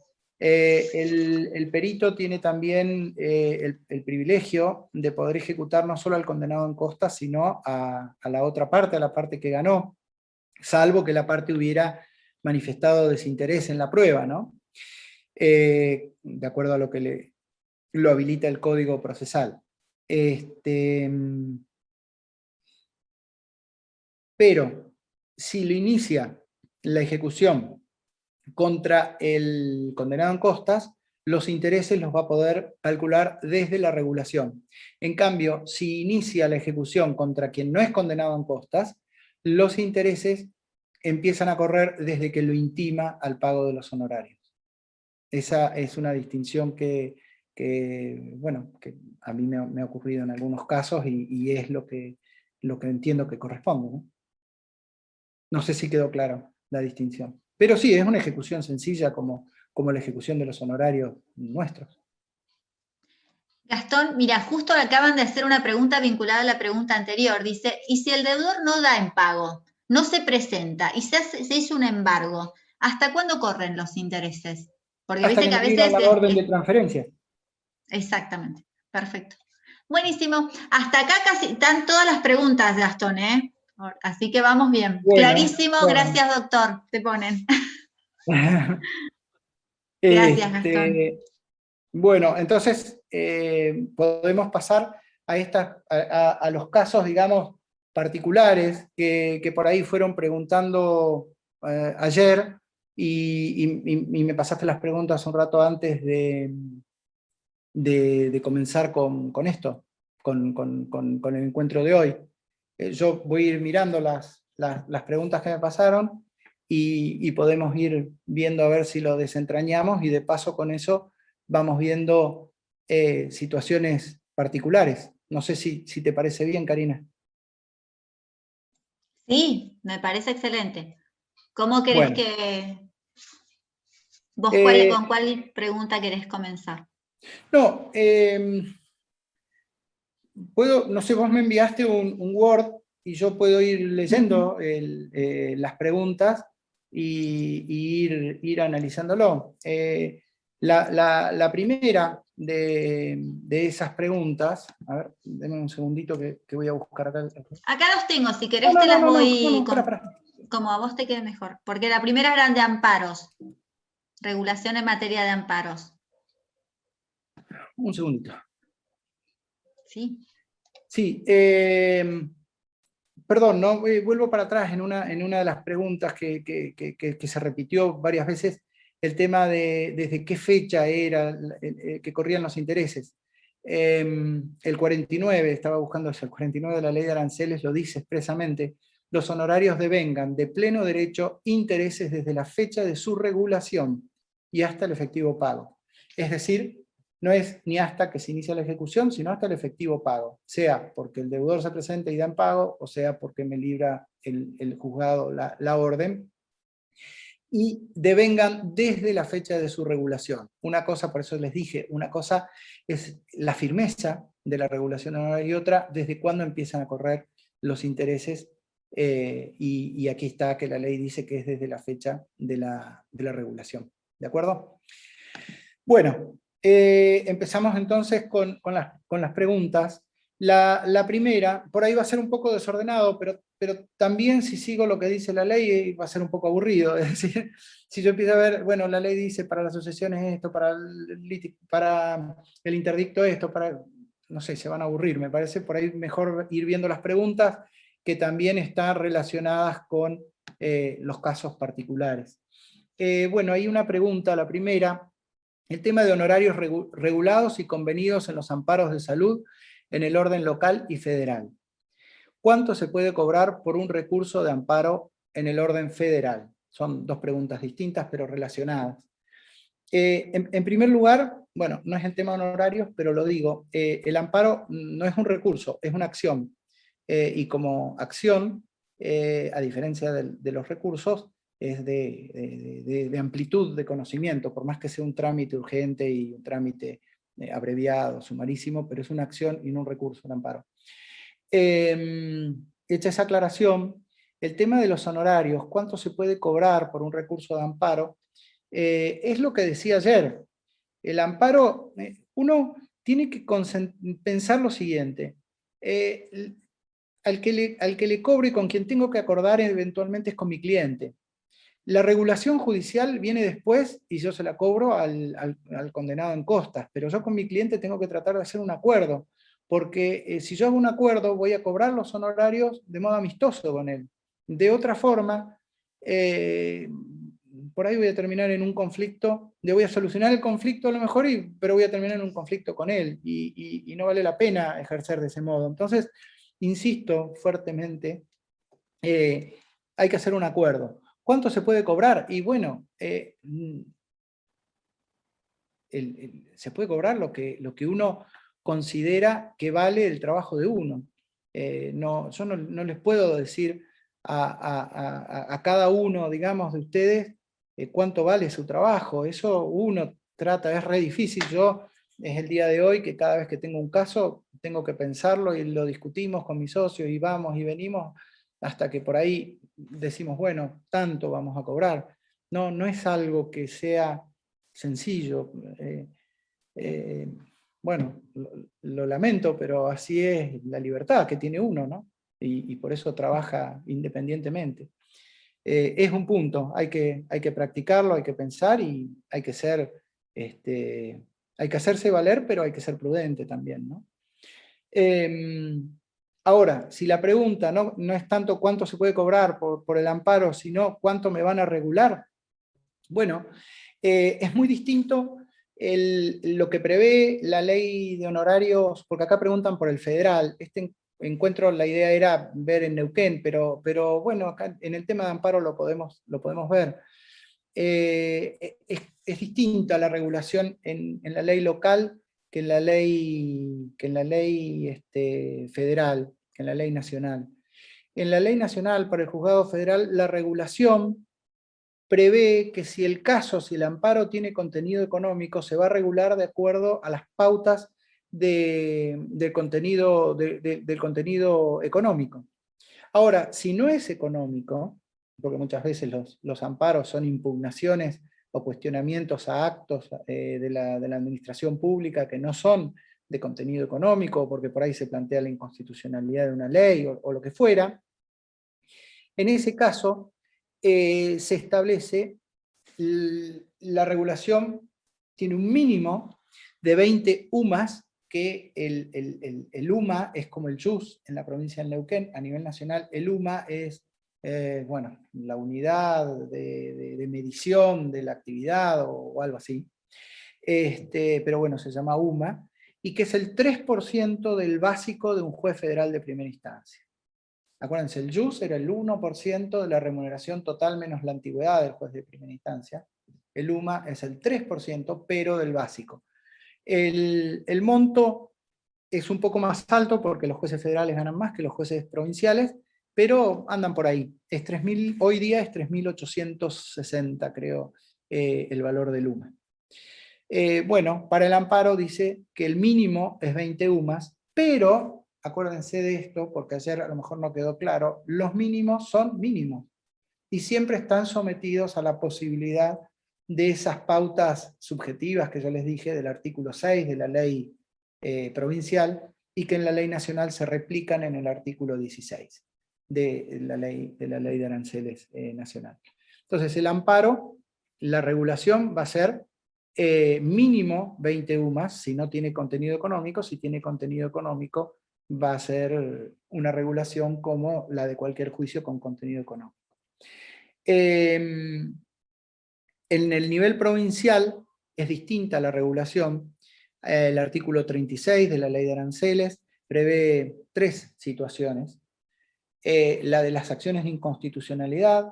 Ustedes saben, por lo menos los que han estudiado acá o los que ya ejercen acá, que en la provincia de Neuquén existe una acción que a nivel nacional no existe, que es la acción autónoma de inconstitucionalidad, por la cual yo puedo plantear la inconstitucionalidad de una ley o de un reglamento administrativo, y la sentencia tiene un efecto de tipo político, digamos, que va más allá de lo jurisdiccional. ¿Por qué? Porque es derogatoria de la norma que se considera inconstitucional. A nivel federal, los jueces tienen el control de constitucionalidad, pero para el caso particular, es decir, deciden que una ley es inconstitucional y no se aplica al caso. En la provincia de Neuquén está ese control de constitucionalidad difuso, pero además está la acción de inconstitucionalidad por la cual yo puedo derogar, fíjense, derogar una ley a través de una acción judicial. Esta es la acción de inconstitucionalidad que está prevista en la propia Constitución de la provincia. Bueno, el primer caso del 36 es la regulación por la acción de inconstitucionalidad, y el mínimo, insisto, el mínimo, porque está sometido a las pautas del artículo 6, con lo cual uno podría alegar que el caso tenía mucha trascendencia, que era complejo, etcétera, etcétera, y ser más del mínimo. Bueno, el mínimo es 50 jus. 50 jus hoy serían más de 100.000 pesos, digamos. si no estoy haciendo mal la cuenta mentalmente. En el amparo, el mínimo, insisto, el mínimo es 20 jus. Ustedes van a ver que en los juzgados invariablemente regulan 20 jus. Bueno, uno podría apelar diciendo, bueno, pero este amparo no es igual que otros amparos que hay. Este amparo tenía más complejidad o lo que fuera, y apelar y a lo mejor le aumentan los honorarios, porque es mínimo. Y hace un tiempo, hace ya varios años, se consideró que los ciudadanos neuquinos interponían demasiados amparos por mora a la administración. No hubo preocupación porque la administración resolviera tarde las peticiones, sino porque las personas interponían demasiados amparos por mora, y entonces se separó el amparo por mora del resto de los amparos, y a los amparos por mora se les regula menos cantidad de honorarios, o por lo menos el mínimo es menor que en el amparo común. En el amparo por mora el mínimo está entre 5, la regulación mejor dicho, no el mínimo, está entre 5 y 10 jus. Entonces, bueno, es sustancialmente menor que a un amparo común. Bueno, esto respecto de los amparos, no sé si queda algo pendiente respecto de este punto. Otra pregunta, paso al punto siguiente, ¿te parece, Karina? Bien. Pregunta, ¿qué mínimo y máximo de jus corresponde a honorarios por participar en lograr que se ejecute un acuerdo de mediación o en ejecutar una sentencia? Bueno, son dos cosas distintas, pero que llevan a un punto muy interesante, que es el de la ley de aranceles. El artículo 40 prevé las ejecuciones. Y en las ejecuciones establece que el honorario es el artículo 7, acuérdense la regla general que vimos ayer, el porcentual general entre el 11 y el 20, el artículo 7, pero con una reducción que puede ser de 10% si en el caso se opusieron excepciones, o sea, defensas en el Ejecutivo, o la reducción es del 30% al porcentual si no se interpuso ninguna defensa, ninguna excepción. El tema es que dice que hay 2 etapas en los procesos de ejecución. Y esto, la Cámara de Apelaciones, y ha sido receptado por la mayoría de los juzgados, a mi criterio, bueno, perjudicialmente para el trabajo profesional de los abogados, se ha entendido que en las ejecuciones de sentencia, no en los juicios ejecutivos, en las ejecuciones de sentencia, no hay 2 etapas, sino una. Entonces se regula la mitad de lo que encontramos como pauta regulatoria en la ley. ¿Y por qué se dice esto? Porque si ustedes ven el artículo 40, dice que una etapa es hasta la sentencia, y la segunda etapa desde la sentencia, todas las diligencias posteriores. Entonces lo que dicen que cuando uno ejecuta una sentencia, en realidad la sentencia ya la tuvo, y toda la primera etapa la cumplió durante el juicio principal, y que la ejecución de sentencia es solo la segunda etapa, por eso dividen por 2 la regulación. No creo que sea así, porque cuando uno tiene la sentencia es como un título ejecutivo, y uno tiene que hacer diligencias como trabar embargo, tiene que citar de venta, si trabó embargo de dinero, y a lo mejor le pueden oponer excepciones, y eso genera una apelación, etcétera. Es todo un trámite, es una etapa, no es que no exista esa primera etapa, pero bueno, la jurisprudencia nos ha reducido a la mitad los honorarios en ese caso. Así que bueno, eso, como los acuerdos de mediación se homologan judicialmente, yo voy a ejecutar esa sentencia homologatoria con el acuerdo, en los términos del acuerdo. Por lo tanto, es una ejecución de sentencia y lleva la misma regulación del artículo 40, con esta reducción de parte de la jurisprudencia que, bueno, esperamos que algún día cambie. No sé, sigo adelante. ¿O quedó alguna duda? Otras preguntas, estas las voy a pasar, las vamos a ver al final mejor. Había otra pregunta que nos remite a uno de los primeros puntos que tratamos ayer, que era el acuerdo de honorarios en base al tiempo de trabajo. Claro, yo expliqué la posibilidad de hacer un acuerdo por el tiempo de trabajo en el sentido de poner un canon o un fee según lo que se extienda un juicio, una contienda. Pero acá me están preguntando por algo que yo pasé por alto, pero que es una forma también de pactar, y es el trabajo por tiempo, por módulo hora, que se utiliza mucho en otros países y también en Buenos Aires, en muchos estudios, principalmente para el asesoramiento. No sé si tanto los juicios, pero sí para el asesoramiento. Hay veces que yo he trabajado con algunos clientes que me han encomendado casos para estudiar de Buenos Aires y me han pedido que lo hagamos en horas. Es posible pactarlo en horas, pero es un acuerdo de extrema buena fe. Es decir, no es que la empresa me va a mandar a un veedor a ver si se consumen las horas aplicadas que yo le facturo. Se cree que es lo que uno le dice, y si, bueno, uno se pasa, digamos, bueno, va a generar que se corte la relación. No hay una forma de control infalible, insisto, es de buena fe, y se usa, no se usa demasiado con los clientes acá en Neuquén, no se acepta porque siempre se piensa esto, que se le van a facturar más horas de las que se acuerdan, pero es posible hacerlo y es bueno, funciona bien, es algo interesante. Hay que tener un módulo de hora previsto de antemano en esa tablita que yo les enumeré ayer, incorporar esto también, cuánto cobraría la hora si alguien me pide que hagamos ese tipo de acuerdo. Y siempre, lo que les dije ayer, hacerlo por escrito, es decir, que quede claro para después eventualmente poder cobrarlo si es que no se cumple. Eso era otra de las preguntas que teníamos. Después venía otra pregunta que quedó acá. ¿Se puede cobrar el telegrama laboral 3 jus? Por supuesto que sí. No hay problema. Cobrar el telegrama laboral 3 jus es el mínimo de una consulta escrita. Yo les decía diferenciar la consulta escrita, que uno da un dictamen por escrito, de la consulta donde uno emite un documento que va a otro, por ahí cobrar un poco más. Pero por supuesto se puede cobrar 3 jus porque el mínimo de la consulta escrita es 3 jus, así que no hay problema, se puede cobrar perfectamente. Otra pregunta es, ¿puedo renunciar a los honorarios en el divorcio de mi hermana? Hay una prohibición en la ley de aranceles que es la renuncia a los honorarios, pero anticipada.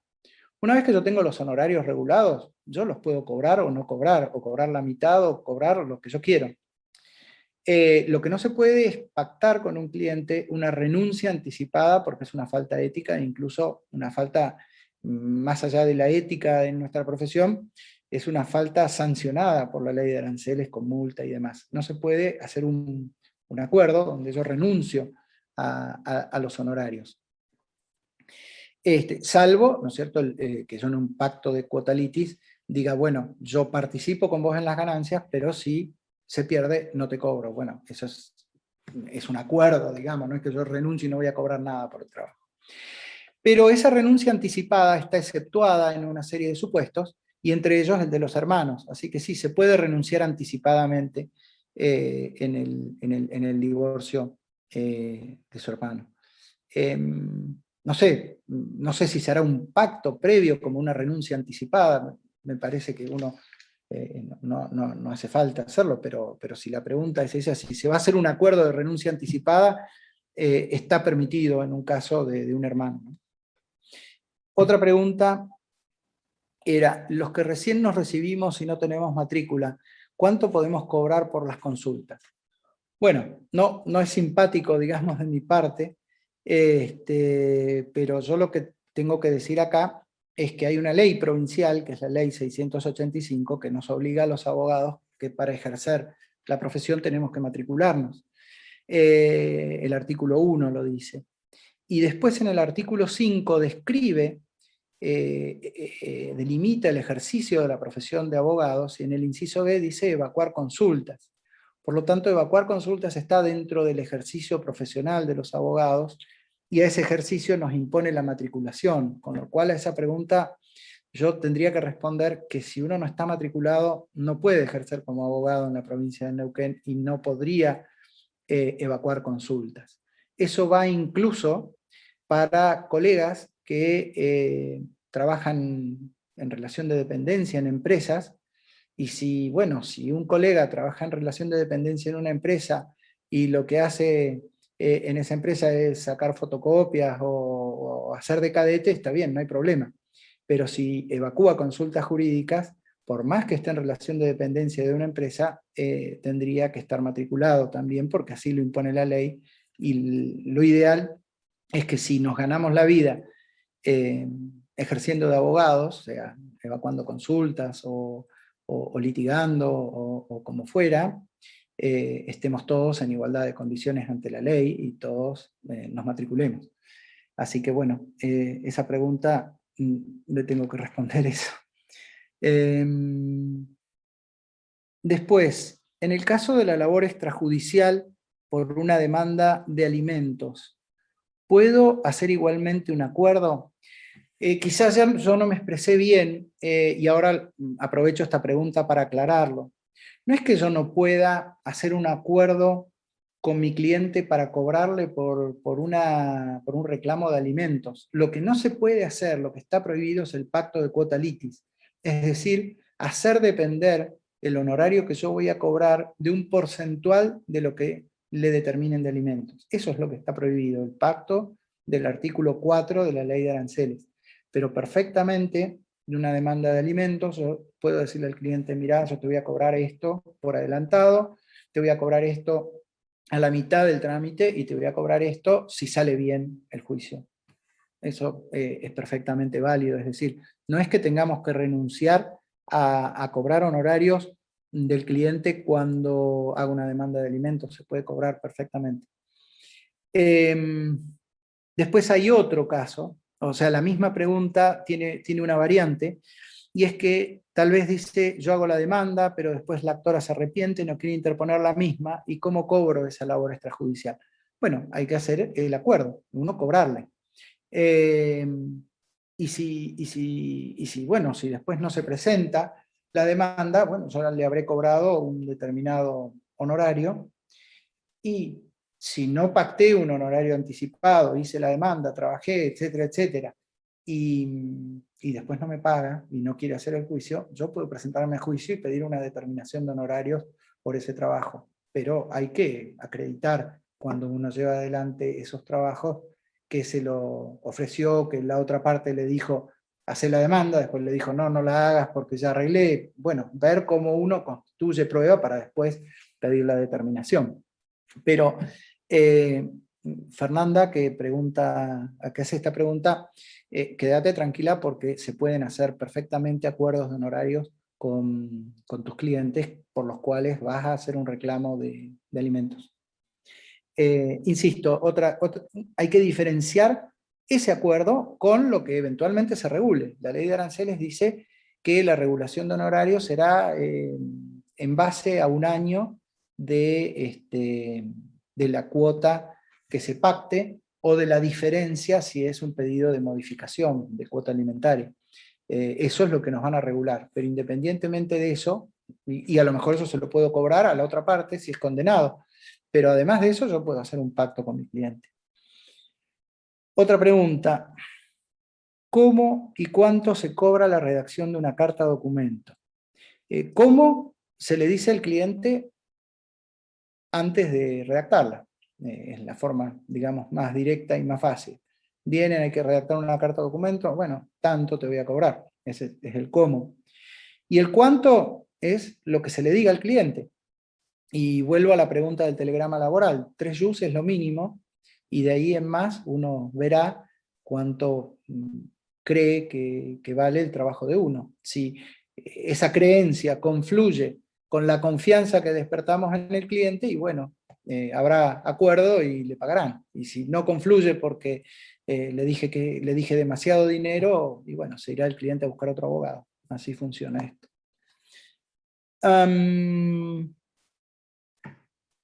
¿Es válido el pacto de cuota litis en procesos laborales y en qué momento conviene presentarlo, al inicio del proceso o luego?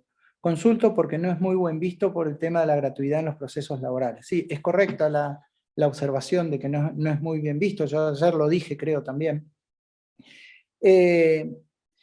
Tampoco hay que martirizarse pensando en que me voy a exponer presentando el convenio al expediente.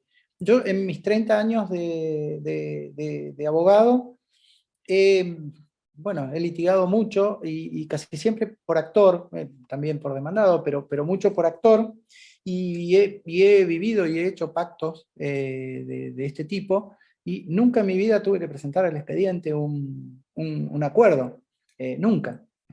Salvo en 2 casos civiles porque eran menores, y entonces, bueno, no había posibilidad de que se disponga el dinero depositado si no era presentando el pacto, pero nunca lo tuve que presentar. Es decir, no pensemos que el cliente no nos va a querer pagar, porque no es lo normal que la gente no quiera pagar a quien le solucionó un problema. No pensemos eso que lo vamos a tener que presentar, pero sí, si no nos pagan y queremos ejecutarlo, lo vamos a tener que presentar. Y yo, no sé, presentarlo al inicio es ya estar pensando que el cliente no me va a cumplir, y no sé, yo si estoy con un cliente que creo que no me va a cumplir, dejo el caso, porque es horrible esa situación.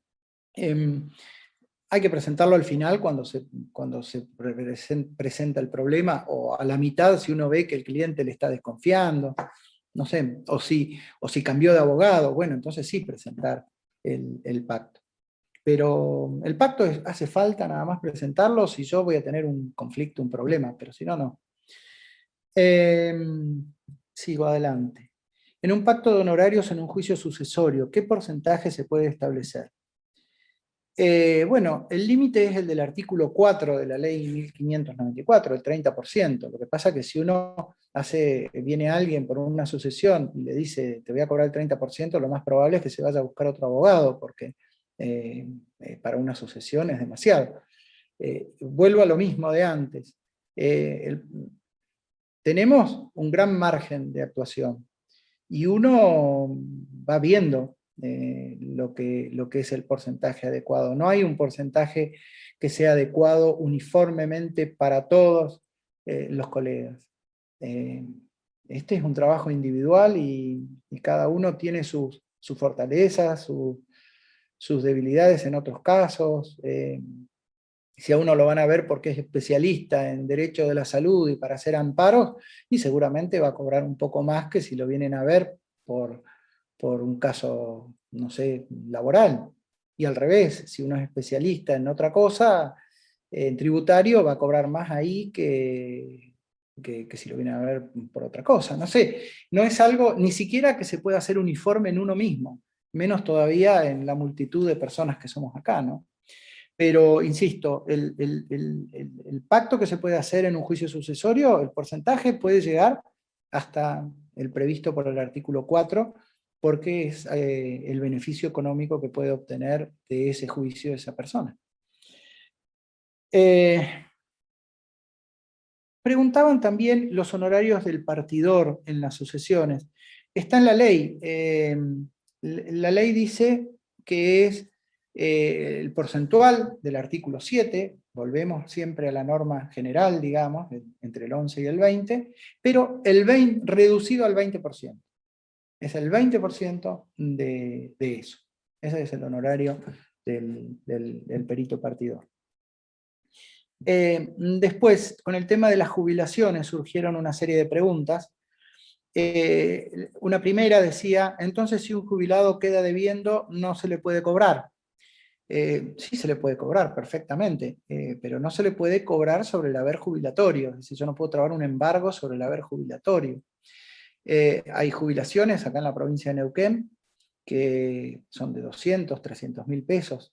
Yo no puedo ir a la cuenta de donde le depositan la jubilación y trabarle un embargo a esa persona, pero esa persona posiblemente tenga plazos fijos, tenga otro tipo de depósitos, y yo le puedo perfectamente embargar un plazo fijo, le puedo ir a la casa y embargar la casa si no es un bien de familia, no un auto. Es decir, no es que no se le pueda cobrar, lo que no se puede hacer es embargar el haber jubilatorio, es decir, embargarle la cuenta donde se le deposita, la cuenta haberes, la cuenta previsional, pero sí se le puede cobrar perfectamente. Otra pregunta relativa a eso, es en el caso de los retirados, ¿por qué es embargable si es su jubilación? Estoy totalmente de acuerdo con esa inconsistencia de la ley, pero bueno, es lo que dice la ley. La ley, nosotros en la provincia del Neuquén, del Estado, tenemos tres cajas jubilatorias que maneja el instituto. La común, digamos, que es la de la ley 611, de la mayoría de los empleados públicos, de los docentes, etc. La caja de los judiciales y cargos electivos, que es la de la ley 859 y 1282, si mal no recuerdo, que tienen un aporte mucho mayor, y por ese aporte mucho mayor se junta un fondo mucho más grande que tiene un régimen distinto y está separado de la ley 611, y otra tercera caja que es la caja de las fuerzas de seguridad provincial, que está regulada por la ley 1131, que tiene un régimen totalmente distinto, tiene mayores aportes. Cuando se retira el policía tiene que seguir aportando incluso, el aporte es mayor, y además los retiros pueden ser a edad mucho más temprana. Bueno, es otra caja que tiene otro régimen y separado los fondos. Bueno, esta caja, con esta ley 1131, la ley dice que ese haber es embargable.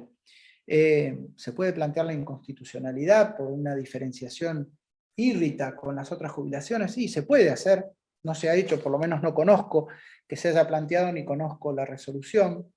Sí conozco resoluciones de la Cámara de Apelaciones del Tribunal Superior donde se dijo, la ley dice que es embargable, así que bueno, se puede embargar. En cambio, en contraste con eso, la ley 611 nos dice que los haberes no son embargables, que son inembargables, el artículo 53. Lo mismo que la ley nacional jubilatoria, la 24241, en el artículo 14, enumera una serie de características de la jubilación, del haber jubilatorio, y entre ellas, en el inciso C, dice que es inembargable. Pero bueno, el retiro policial en la provincia de Neuquén, el legislador dijo que era embargable, y así lo han hecho valer los jueces. Bueno, volvemos a este tema que por ahí es más complicado, que era lo de la regulación de honorarios en las mediaciones y en las mediaciones penales. La primera pregunta iba a consultar los honorarios en la mediación penal. La norma tiene aspectos generales, no legisla puntualmente sobre todos los trabajos.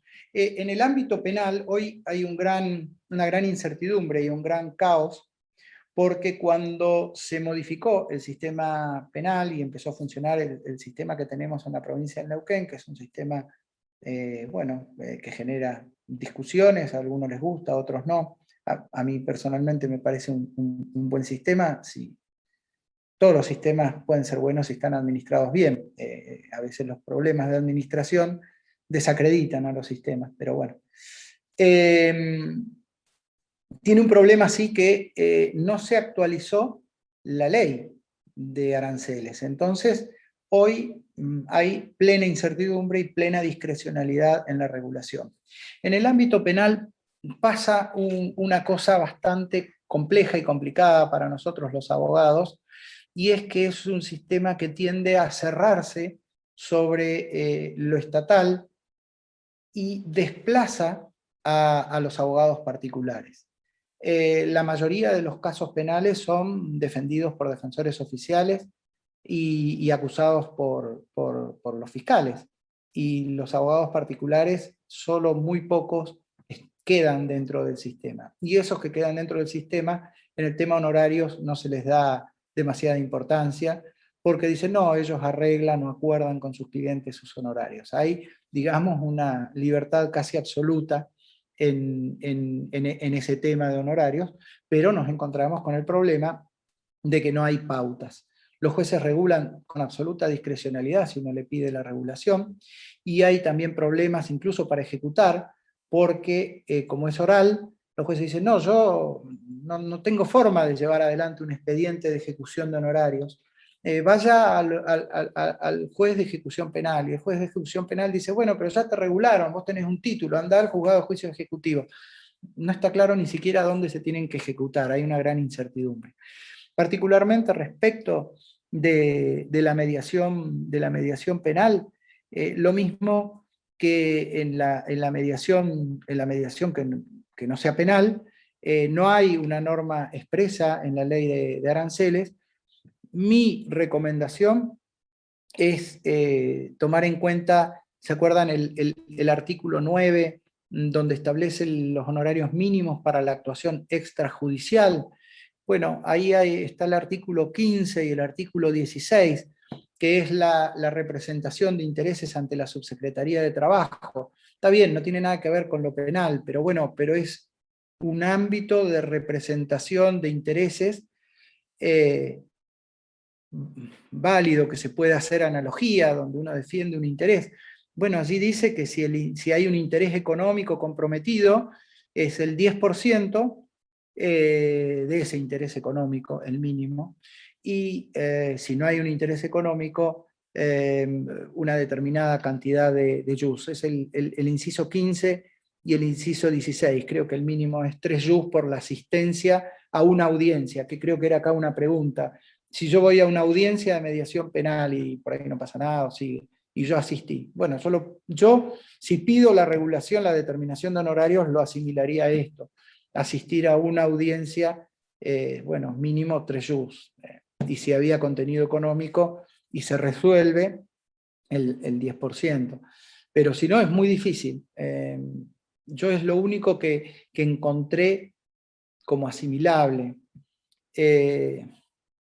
Después está también, perdón, pero lo voy a mirar para no decir de memoria algo que tal vez no lo recuerde. En el inciso 10 habla de los arreglos extrajudiciales y nos remite a las escalas del artículo 7 que hablábamos antes, pero reducidas al 50%. Bueno, eso también podría ser asimilable. Habría que ver cada caso y ver cómo nos arreglamos ahí en esto que no tiene hoy día no tiene regulación ni tiene certeza. También había otra pregunta relacionada con los honorarios en el patrocinio, en los expedientes de violencia que no requieren patrocinio obligatorio. Y acá digo lo mismo que con respecto a lo que decía a lo penal. Es muy difícil competir hoy día frente a la gratuidad. Bueno, eso les pasa a los abogados penalistas también. Tienen que ser muy especializados para resultar atractivos, digamos, a alguien que requiere de los servicios y que ese alguien no opte por el servicio gratuito. Bueno, esto ya va a estar en las actuaciones, en la experiencia de cada uno. No hay una fórmula, digamos, para competir con eso. Es algo que los penalistas lo analizan muy seriamente, esto, ¿no? Y también a quienes tienen que actuar en este tipo de casos, les recomiendo eso, que vean cómo hacerlo. Otro tema también, siguiendo con la mediación, vuelvo a lo que decía desde el principio ayer. De entrada hay que hacer acuerdos con el cliente. Y si no se hizo un acuerdo con el cliente porque, bueno, lo llevaron las circunstancias, porque se vino encima la audiencia o por lo que fuera, en la audiencia tratar de acordar el tema de los honorarios. Porque lo peor que puede pasar, porque no hay, como decíamos recién, no hay una pauta, salvo que uno alegue estos incisos, una analogía, etcétera, es ir a la regulación, porque no sé cuánto le van a regular, y seguramente son muy diferentes cada uno de los juzgados de familia. Yo no tengo una estadística, pero sería interesante que los colegas que se dedican a esto en el instituto de mediación, que funciona muy bien, o por lo menos yo recuerdo cuando estaba en el colegio, lleven esta inquietud y se haga con los propios abogados, van llevando todas las regulaciones y se haga una estadística comparativa, a ver cuánto regulan en las homologaciones el juzgado 1, cuánto el 2, cuánto el 3, y tener los datos, porque no hay forma de cambiar las cosas si uno no tiene previamente los datos. Entonces sería un trabajo interesante del instituto hacer esa estadística y de ahí plantear a lo mejor una modificación de la ley incorporándole el tema de la mediación en estos incisos que estábamos viendo, o bueno, encaminar las apelaciones en los juzgados donde se regula menos, hacer una apelación tipo para tratar de unificar los criterios.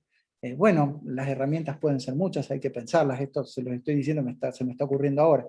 Así que bueno, pero ese sería un trabajo interesante. Después había una última pregunta que decía, en una mediación del fuero de familia se llegó a un acuerdo sobre dos cosas: modificación en un régimen de comunicación y por otro lado aumento de la cuota alimentaria. Después de 2 encuentros de casi 3 horas cada uno, el juez reguló honorarios por 18.000 pesos. ¿Por qué ese criterio sería, o cómo sería ese criterio, perdón, para llegar a ese valor tan bajo? En montos fijos es más fácil de determinar, pero acá ¿cómo hacemos?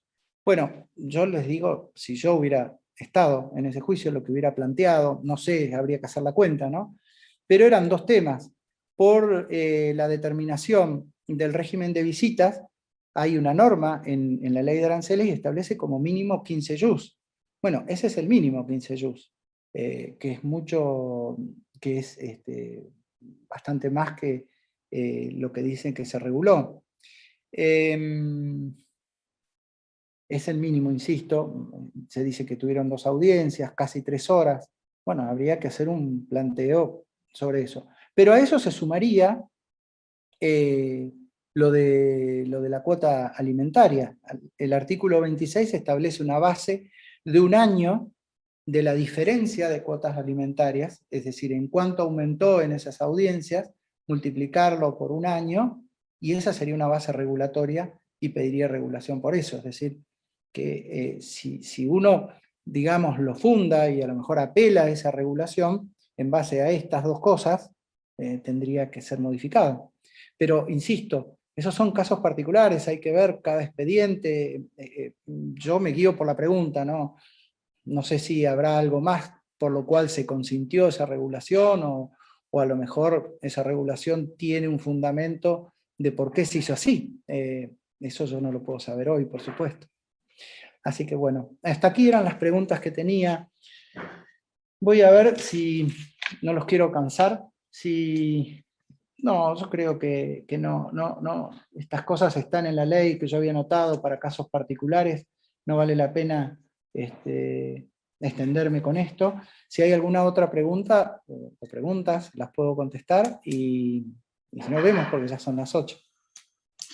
Gastón, excelente, muy práctico, muy práctico. Vos sabés que hay una pregunta muy concreta respecto a lo que vos hablabas recién. Disculpe, doctor, ¿podrá repetir qué legislación es asimilable para la regulación de honorarios en lo penal? Asimilable. No hay ninguna hoy día. Hoy día la ley de aranceles establece una serie de actos en materia penal que no tienen referencia en el Código Procesal Penal, y ahí está el problema. Podría asimilarse algunas cuestiones, pero lo que yo decía es que hoy es totalmente incierto y discrecional la regulación. No lo podemos asimilar. Hay sí un proyecto de ley que un colega nuestro presentó y que ojalá tenga sanción legislativa, porque bueno, eso daría algo de certeza en la regulación.